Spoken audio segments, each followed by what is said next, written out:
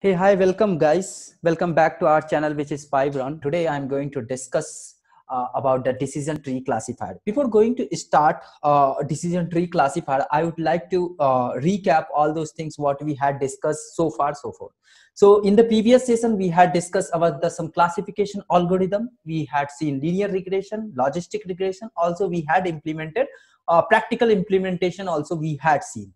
Now there is another classification algorithm which is known as the decision tree classifier. So how it is going to work? Basically, it's a name is suggesting tree kind of thing. So basically, what we are going to do, we are going to classify our element based on the tree. So how tree look like? There is a root, and beyond that root, we have some branch, and on the top of that branch, we having some leaves. So basically, our end goal will be achieve the leaves. Okay. So this decision tree will work like this only. I'm not going to discuss more about in the history or something about this algorithm, that everything is available on the Google. But how the decision tree is going to work, that we are going to see here. So guys, I am requesting to everyone, don't skip this video, because this is some video which is very important to learn some advanced machine learning algorithm. So please watch this video till the end. And if you face any issue, if you are not able to understand any kind of any terminology, then please feel free, you can ping over the comment. We are going to report everything. Okay, so let's come. So decision tree classifier. So how the decision tree classifier is going to work? See, we have the root node. On the top of that root node, we have some child node, decision node. Or on the decision node, again, it is going to make a terminal node, or you can say leaf node. Terminal node, nothing else, it's a leaf node. How it is going to make like this, that the thing we are going to see. Because in the data set, which node, which column I have to pick at as a root node, that is the main question here. Because here I pick the root node, right? But in the data set, we will not get, you can say, we will not get which node I have to select as a root node, right? So I'll show you. See, this is the sample data set, right?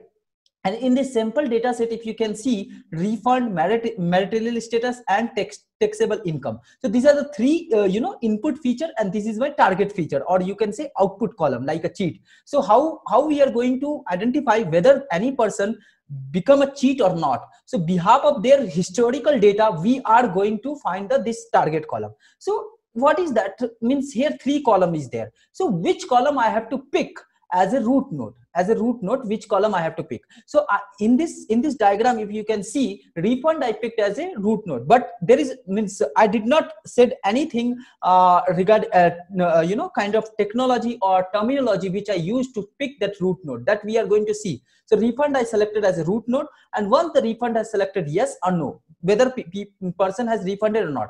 Obviously, whoever refunded, they are not cheating. They are not doing any cheating.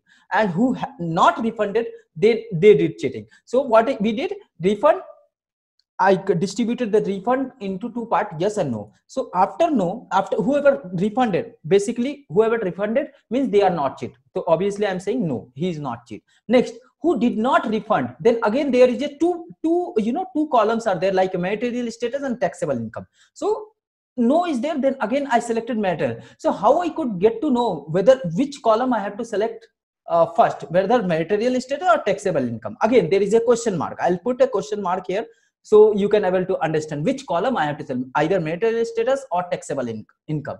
So just now I selected for a now material status. I'll let you know there is a logic behind of that. So material status, again, if the person married, or he is a single or divorce. Okay, so if he is a single, then I'm going to check whether his taxable income is how much. Okay, so if his taxable income is more than 80k, then more than 80k, then what I can say, yes, he is a cheater. And if his taxable, who are not married or single or divorced, so he is, if his taxable income is less than 80k, less than 80k, then he is not doing any cheating. And who are married, they obviously they are not cheated, they are not doing any cheating. So this kind of tree structure we are going to implement with the help of the decision tree algorithm. Hope you understood. Now this is the complete fundamental. We are going to achieve this goal, but primary question is here, which node I have to pick as a parent node or root node. Here refund I picked as a root node, but there is no logic behind of that. I did not say anything logic behind of that, why I should select refund as a root node and why I select the marital status as a secondary root node, why I selected taxable income as in the third node. So there is a logic. So in order to understand this logic, we are going to learn Gini index and entropy or something you can say, or information gain. Okay, so these are the terminology, these are the technique we are going to use here, which will help us to understand which node I have to select as a root node. Hope you understood. So what are the three things we are going to see here? If I'll show you, okay, if you can see, in order to understand the root node, basically, okay, let me connect this. So in order to understand the root node, what is the root node basically? So what we are going to understand, we are going to learn Gini index, or some people are saying it's as a Gini index, whatever you can pronunciate it, it's up to you. Then information gain. How we are going to calculate this Gini index and information gain, that we will see later on. Okay, basically information gain is whatever column we have right now. We had seen 3 input column we have. One is refund, another is material status, the third one is taxable income. So there is a 3 column we having, right? So out of 3, which column I have to select, that we will get to know with the information gain. From which column we will get more information, that column we have to select as a first or primary node or root node.